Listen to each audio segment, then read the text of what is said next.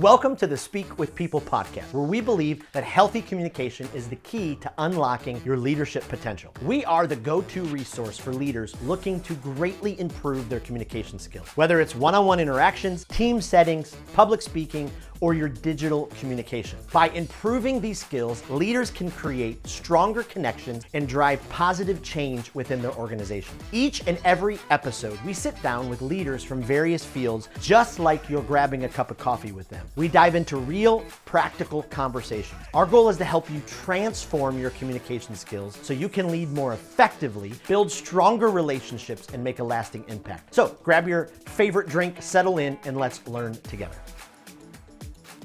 Well, have you ever experienced any divine appointments in your life?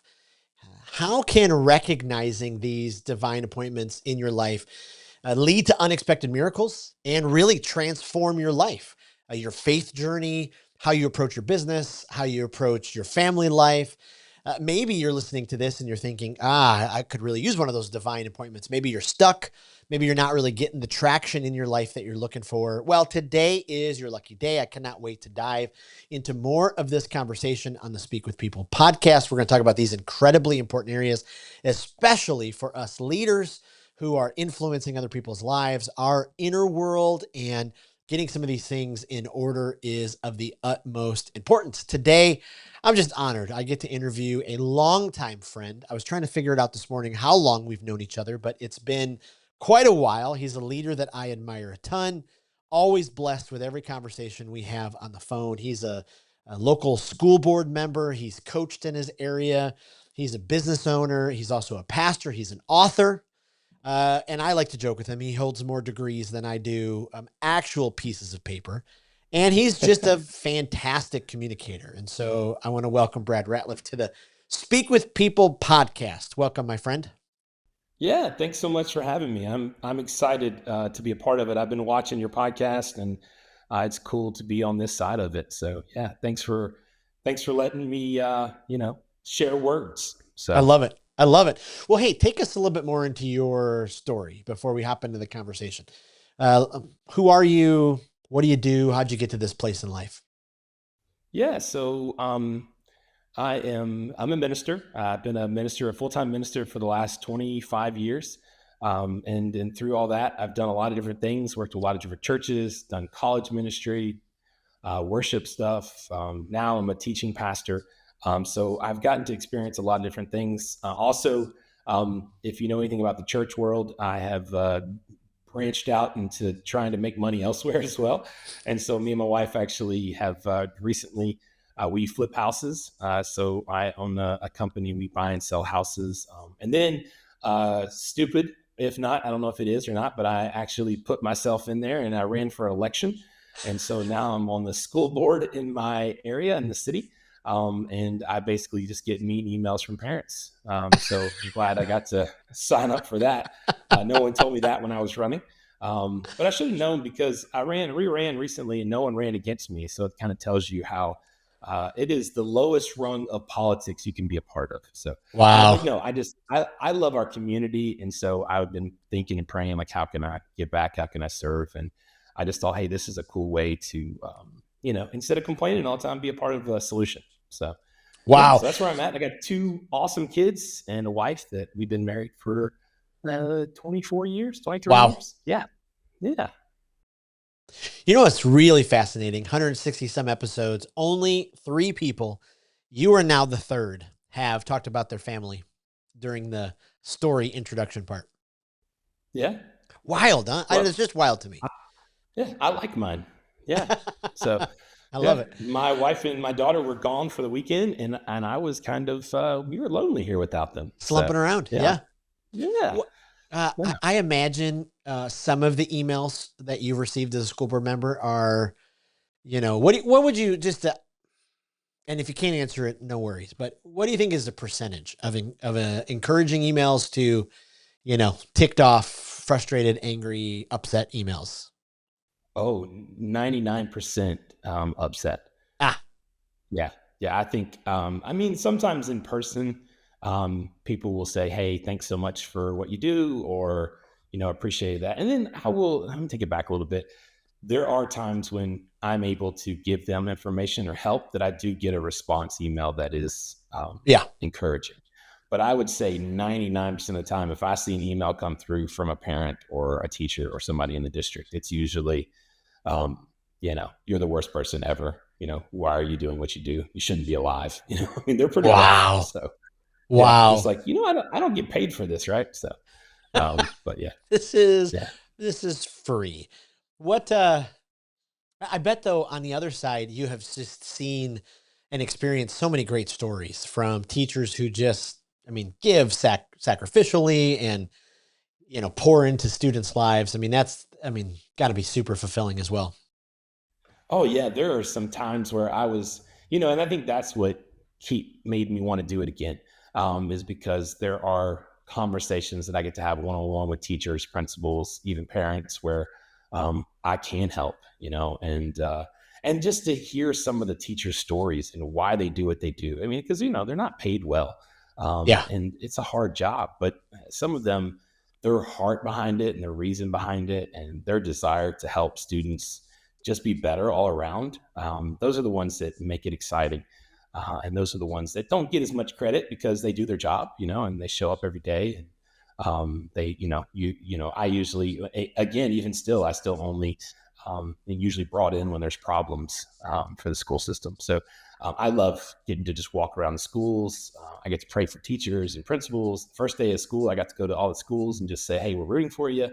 And so that's a cool part of the job, is to being Yeah. able to just be in there and say, hey, you are seen, you are valued, you're recognized. So Wow. Talking about such an important part of communication.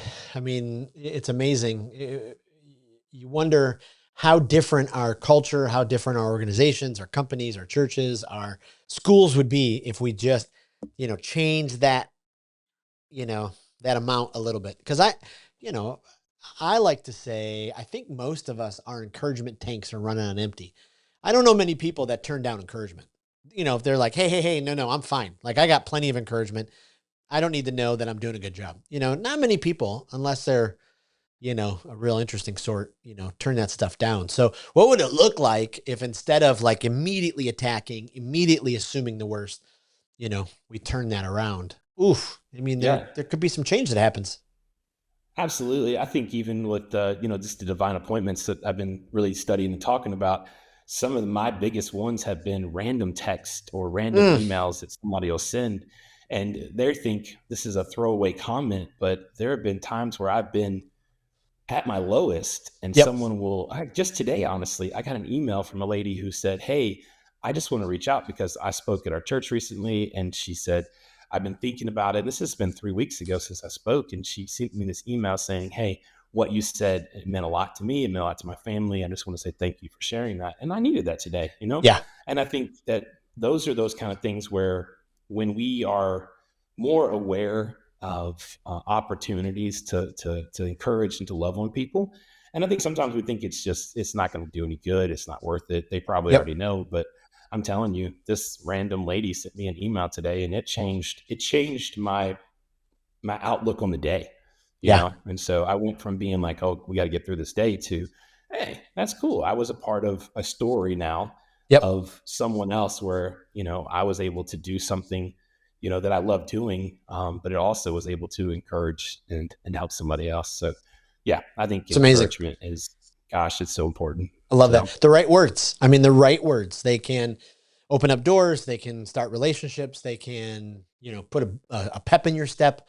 They can, pull your head up to kind of go, okay, I'm going to stop focusing on that. It's yeah, just so important. So as you kind of been on this journey of like kind of researching divine appointments, yeah. what started it for you? Why did you start going down that, that route? What inspired you to kind of get inside of that?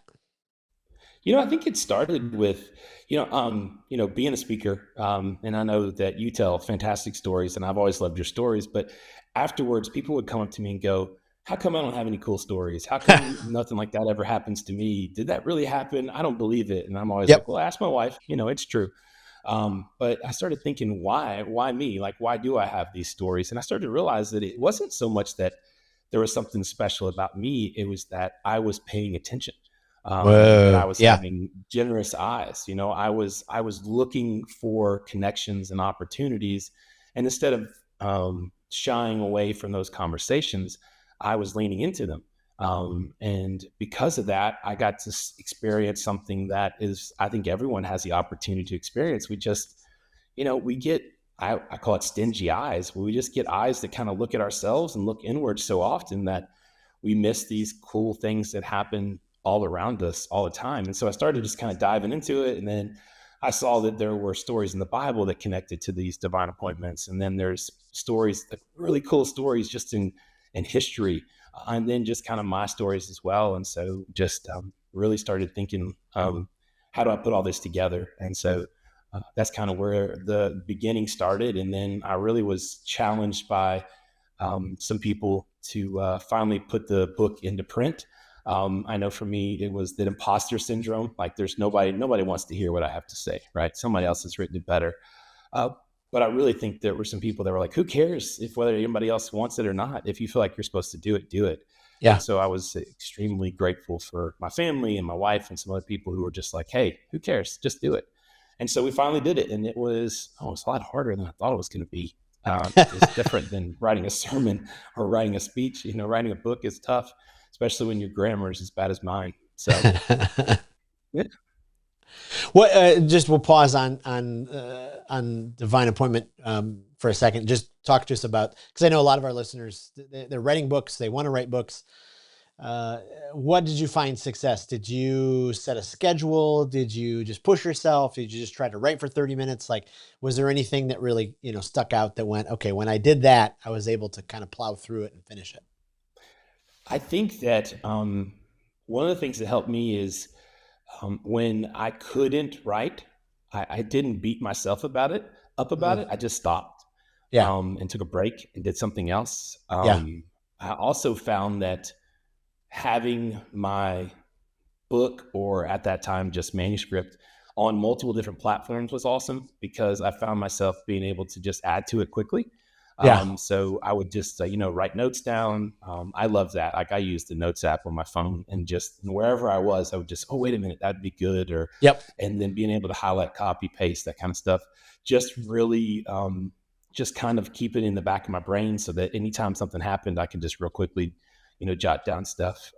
Having some people who weren't afraid to speak truth to me was really good too. And I was able to just really have that opportunity to have them read it and give me some honest feedback, and then having to force myself to be humble enough to, take criticism and learn from it, and not get, caught up in, well, they just don't understand, something Right. like that. So yeah. Oh, absolutely. Oh, that's so good. So good. Okay, let's go back for a second. So, what do you say to the skeptic who's like, okay, is it a really a divine appointment, or is it just coincidence? How do you rationalize between the two? Hey, Jason, I lost audio from you. I can't hear Uh-oh. you. How about now? Anything? I don't know why. Still nothing? Oh boy. Yeah, I am out. There you are. I got you back. Got me back? Yeah, sorry. I don't know what happened. All of a sudden, I lost audio. Okay, but you got me now? Yeah, I got you now. Can you hear Okay, me okay? let me re-ask the question and we'll go into it.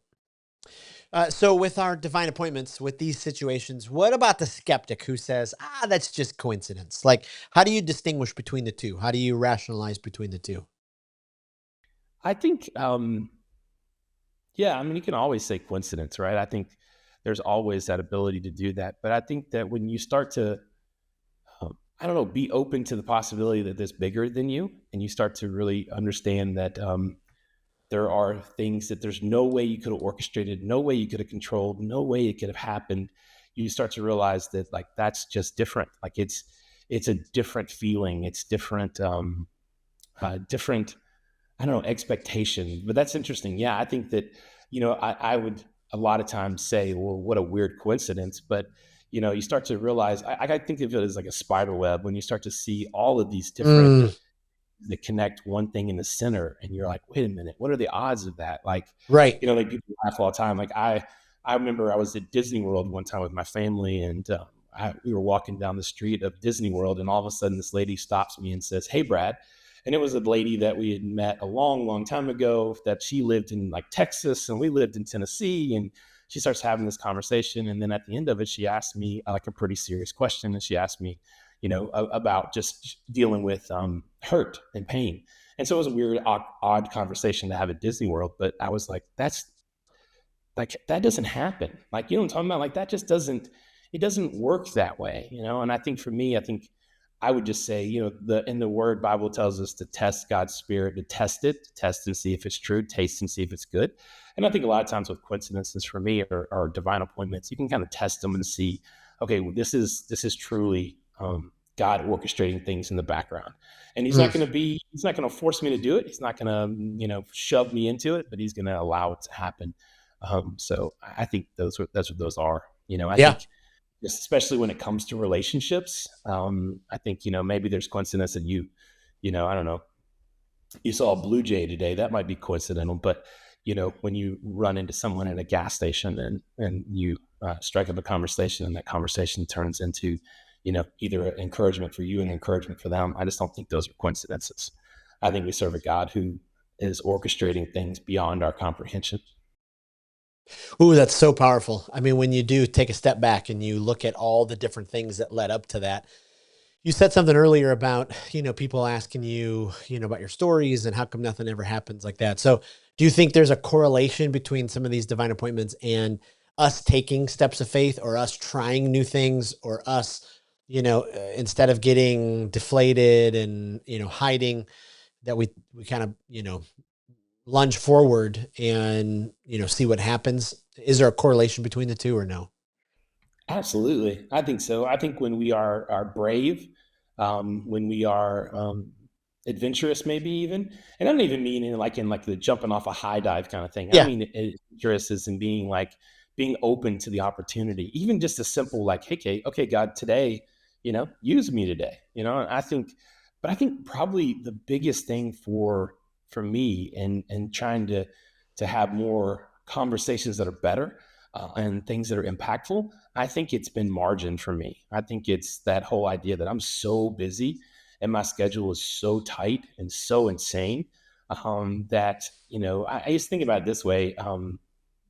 I was on this journey of divine appointments and I was really trying to figure out how I could be more available to God. And this is so silly and simple, but I stopped paying for my gas at the pump and I started going inside to the gas station to pay. Hmm. And the reason I did it is because I was trying to figure out, like, okay, how do I get to? I just moved to Bartlett, Tennessee, where I'm at now, and I was trying to get how do I create community? I work at a church. I'm surrounded by, you know, sometimes odd people, right? Churches full of odd people, but I wanted to be around just regular, normal people, and so I was like, all right, I'm going to start going inside. And so, lo and behold, I went inside. And I got to know the person behind the desk, the counter. I got to know people that came in the same time I came in. Got to build relationships and I got to meet people. And I was just thinking about how easy it is in our world to shortcut intimacy by just avoiding it. I'm talking about Yep. like, hey, how quickly can I get from A to B? Yep. Even when you come home from come home to your house and you're like, okay, I'm going to close the garage door before I get out of the car so that no one can talk to me. I think when we don't create that margin, we miss out on divine appointments. It's really what it is. Wow. One of the coolest things that we moved from that neighborhood. So I had to leave. And I was more sad about leaving the gas station than I was about leaving the neighborhood because my neighbors were, very reluctant to talk to people. But there, it just seemed like everyone was happy to see each other. It was so funny. I told the gas station person that my wife was pregnant and that she was craving watermelon. And he made a decision that the slush machine at the gas station would carry watermelon until she was no longer there. And so, I mean, I just little things like that, just relationships that can be built if we were to, slow down a little bit, create some margin in our life and say, Yep. I am willing to have these conversations. And you don't have to be a professional speaker to have these conversations. It's simply just if you look at somebody with generous eyes that they can tell that, hey, this person is actually listening to me, it goes a long ways. But yeah, I think that's what it is. I think it's that stepping out of your comfort zone. It's that saying to yourself, hey, I'm going to have I want people to love and encourage me more. So I'm going to do it first by stepping Yep. out and being open to people. So So good. You hit on something huge. We use busy as a badge of honor. I'm so busy. I'm so busy. We don't have much margin at all, especially when I do my trainings for financial advisors or insurance agents or, leaders who work with people. A lot of times we get into the bad habit of scheduling our day where it's just back to back to back to back to back. We don't create any margin. What happens if that conversation runs over? Or somebody shows up late, we're behind. It's just amazing what happens in our life when we do schedule for margin and what happens in our life when we actually do have margin. Like do we start to see some more of these divine appointments because our head's not down and we're not just racing? What are some ways that we can, find a little bit more margin in our life so we don't miss some of these divine appointments? I think for me, what's I was just thinking about this the other day. So I love my Apple Watch. I love it. It alerts me when it's time to do things, and it alerts me all those things. But I've noticed when I have conversations with people, because I get to have just sit down, eat lunch, eat a meal, whatever.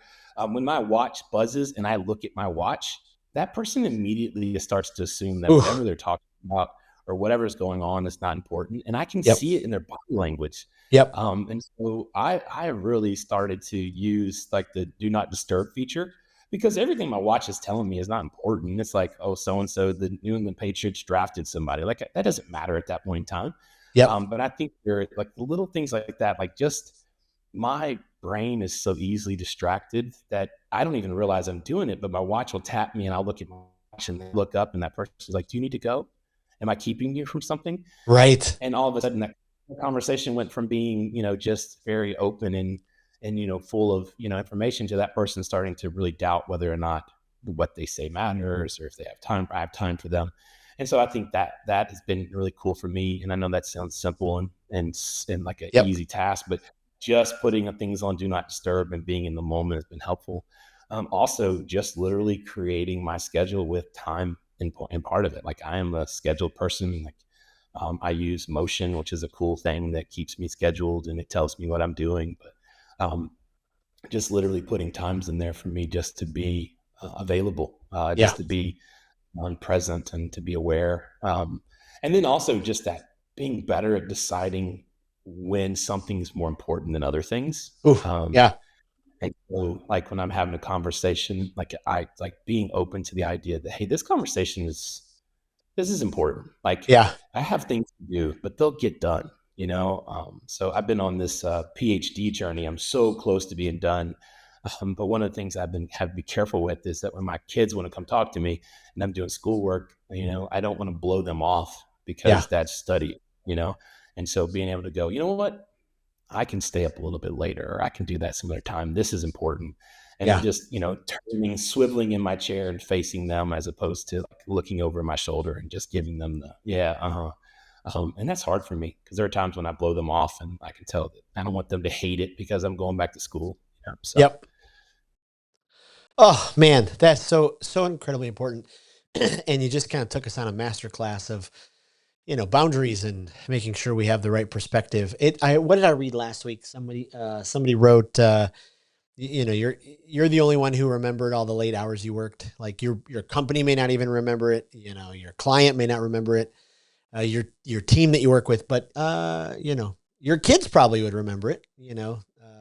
They talked about that in the article about how everybody else might not remember it, but your family would. And so, yes, we have to work hard and do all of that kind of stuff. But, for many of us who are driven, who are leaders, we just push it so hard sometimes that they're the ones who continually have to sacrifice and do that.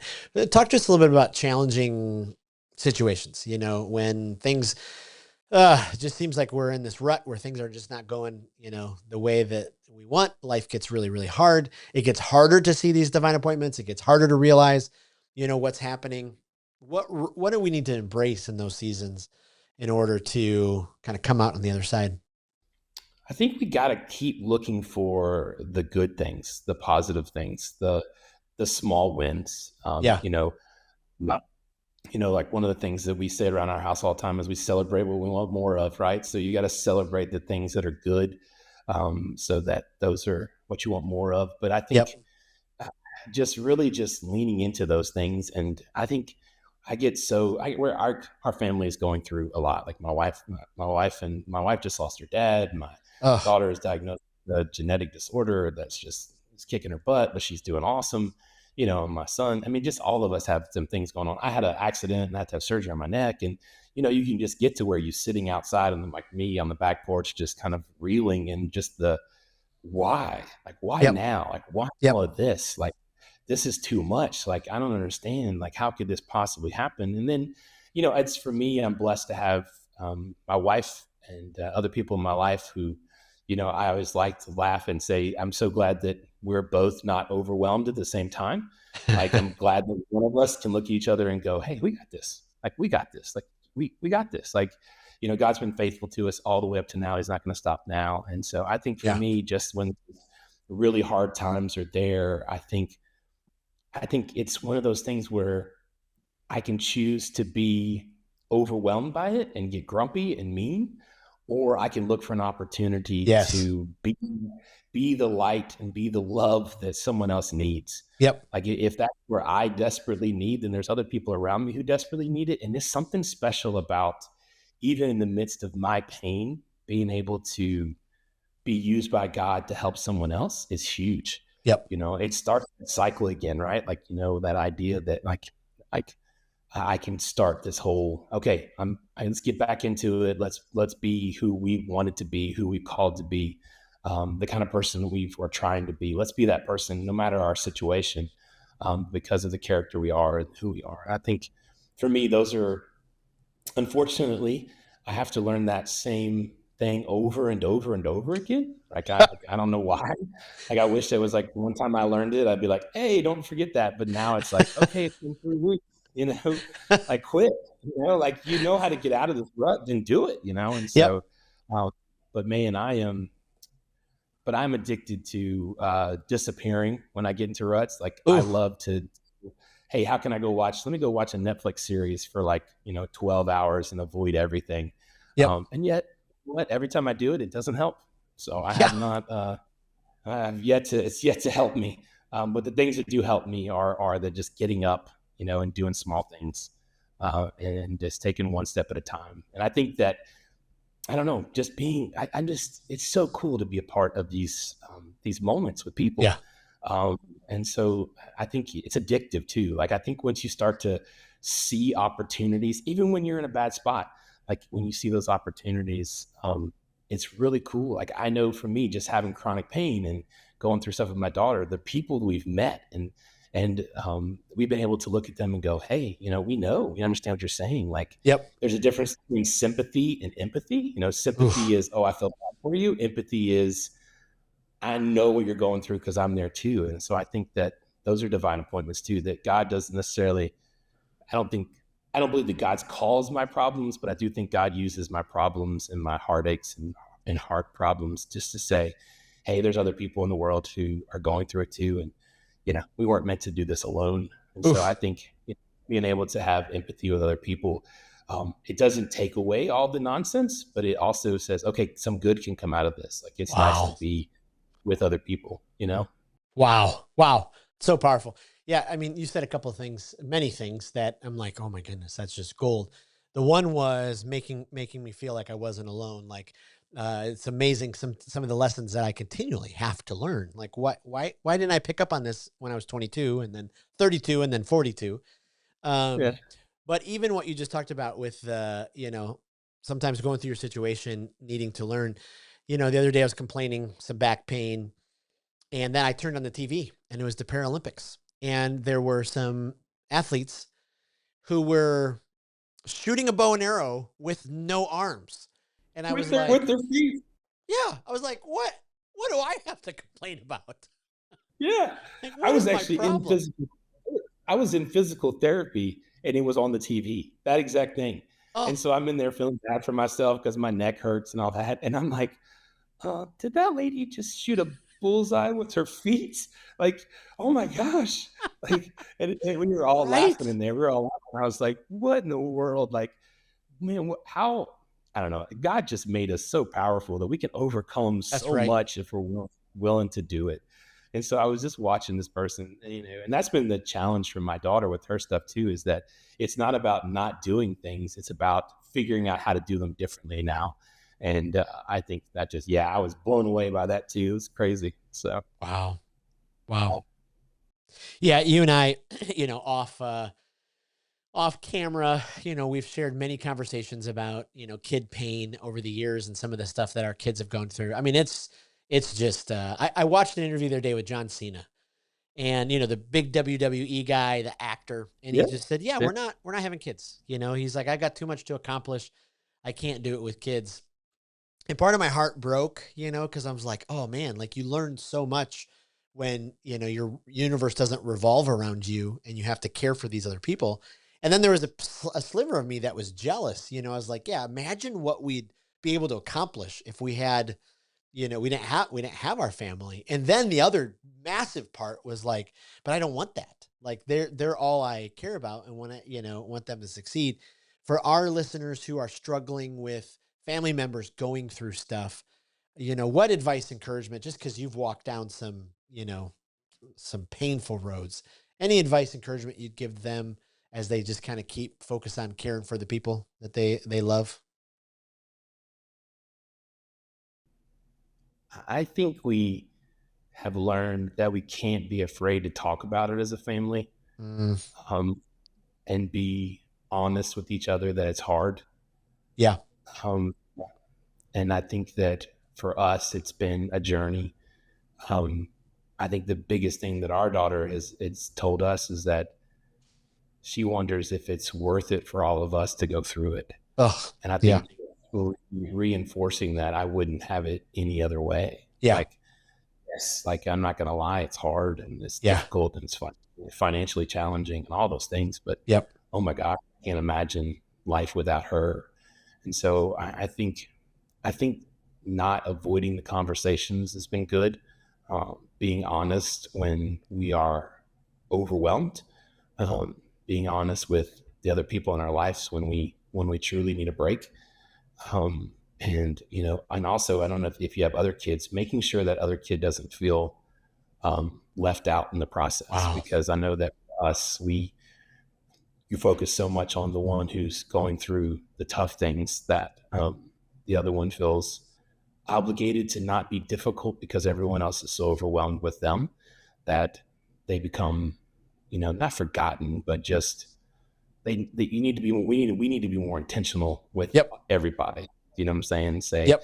um, and so that's been super important for us, and we've learned that over the years. And yeah, I would say just finding a community, finding other people who you can um, just kind of vent to as well, Yep. has been huge. Like I said, finding those people with empathy, I think that's huge. Yep. Yeah, and I I think love that. and unfortunately, you have to be humble too, right? You have to be humble enough to speak out loud some of the things you're struggling with. It's funny to me that a lot of times, it usually, like I've been in so many different small groups of people, and it usually takes that one person in the group to be transparent and humble and say, "This is what I'm struggling with," and Yeah. then that group turns from a small group to a family. You know what I'm saying? Yeah. Because everyone in the Yeah. group is struggling and they all need help. They're just all trying to fake it until they make it. And so Yep. when you finally have someone who steps up and says, "Man, I am struggling," and yeah, it changes the dynamic. So just reminding myself of that like there's probably more people around me who could help me if I was more honest about how overwhelmed I am at times. Wow. So Goodness, that's so powerful. So powerful. Man. Wow. Absolutely. What's a takeaway that you'd give our listeners, especially when it comes from, keeping your eyes open, looking for these divine appointments, being a part of them? yeah, there's a fantastic story about this British soldier from World War II who was captured in Africa. And he has to go on this grueling march from Africa all the way to Germany. And his story talks about how people were dying all around him, and it was just horrible and atrocious. And It was the worst thing he'd ever experienced, and he was praying daily that God would just kill him. And he wasn't sure why God was keeping him alive, because people that were dead seemed to be better off than him. And he got to this one city, and out of nowhere, this small girl breaks through the crowd that's yelling, cheering at him, calls him. This one little girl hands him a peach. And he talks about how it was the giantest, most amazing peach he'd ever had in his entire life. And that peach kept him alive for the rest of the war. And I just think that, man, like when we step into divine appointments, we have the opportunity to be, they don't know her name. She probably doesn't have any idea what she did. She probably has no clue that it was that big of a deal. But like, there are small, insignificant little things that we could be a part of that could fundamentally change people's lives Yep. if we were just not so selfish. Yep. And so I think that there's just, and it's happened to me so many times in my life where I've had people that have just loved on me at the right time, in the right place. And, I just feel like we think that if we don't have millions of dollars, or we don't have, lots of degrees, or we don't have all this knowledge, we can't impact. But I think just the idea that little peach was it for him. That was what gave him hope for the rest Yep. of his story. And I think that there are some people out there that have, for lack of a better phrase, and these things that they could give to other people, whether they feel small or insignificant to them, that could change people's lives. And we just can't do this on our own. Like we can't make it on our own. Yep. And I think that the more we get focused, the better we are at looking for opportunities to love people, Yep. an opportunity to be a part of people's lives, whether or not we're in it for 5 seconds or in it for 10 years. I think if we're willing to let God use us, man, we can be a part of a cooler, bigger story, Yep. and it gives us more purpose. So Well, that's kind of where I'm like, just learning that, just kind of yep. trying to figure that out. Like, and in my book, I talk about it, but there's, some appointments for us, some appointments for other people, some appointments from God are unfortunately hard lessons to learn, and it's the whole thing is not about us. Like that's Yeah. that's the big takeaway too. It's not about us. And if we start trying to make it about us, it never works. But if we Yep. start making it about God and the people around us, then that's when things change. So, yeah. Oh, so powerful. Well, hey, before I let you go, I want to do some rapid fire questions. This has been Yep. so incredible. We're putting together this online communicators and leadership resource where people can go and just get new ideas and be inspired. But is there a speaker, someone that every time you hear them, oh, they just fill your bucket. You can't wait to pass on, their talk or message or whatever it is that you would just recommend to other people? I'm a fan of John Acuff. I really like when he speaks. There's something about the way he connects, the way he uses stories, illustrations, those kind of things. Yep. It fits well with me. I am a big fan of his, but there's lots of other speakers out there. But for some reason, that's the one that popped into mind I love immediately. it. So, If yeah. you're a podcast person, is there a podcast that either guilty pleasure or development that you're like, oh, I just keep going back to it? I forward stuff on. Well, your Speak with People is my favorite podcast. Well, thank you. Now, I do listen to it, but I also listen to what's his name, Malcolm Gladwell's Revisionist Oh yeah. History. Yep. I'm a big fan of that, and then The Art of Manliness. I actually listen to it quite a bit too. I like both of those. But yeah, I love that. yeah, those have been good. And I've been listening to Jordan Peterson too. I don't know if you listen to him at all or not. Oh yeah. But yeah, I find him. He has. I don't always agree with everything he says, but that's good for me. I need to listen to Yeah. people that I don't always agree with, But man, he makes me pause a lot and go back and like study. You know what I'm talking about? I'm like, oh, wait a minute a second. I got to figure this out. Like, what did he Yeah. just say? So I have enjoyed that too. So I love it. And then lastly, is there a book, someone's about to get stranded on a desert island, barring, a book about how to survive on a desert island, but a book that, every leader's just got to read at least once. What would your book be? A Failure of Nerve. Have you ever read that book? A failure of what? A Failure of Nerve, Oh, wow. by Friedman. So I'm going through. So I did I got my master's in leadership from Moody, and then get my doctorate, PhD in leadership development and teaching from Liberty. And of all the books I've read, A Failure of Nerve has probably been the one that has really. It was the most challenging one, and like it it kind of forces you.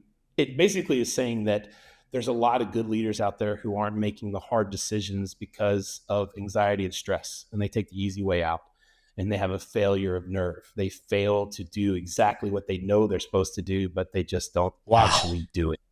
And so it's not it's not a prop you up kind of book. Yeah. It's kind of Yeah.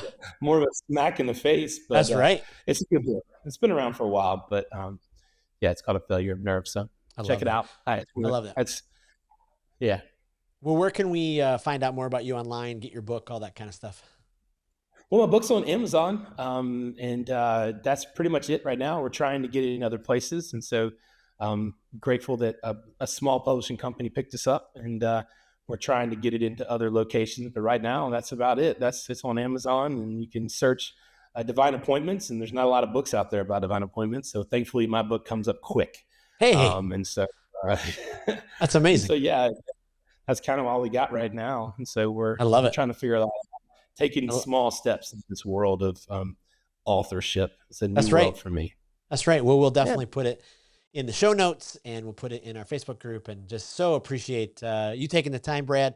Again, appreciate your friendship all these years. Really thank you for putting these thoughts into a place where we can go and figure some of these out. So thanks for your time and looking forward. Ooh, I'm trying to figure when this airs, but I'll be with you guys in Memphis sooner than later.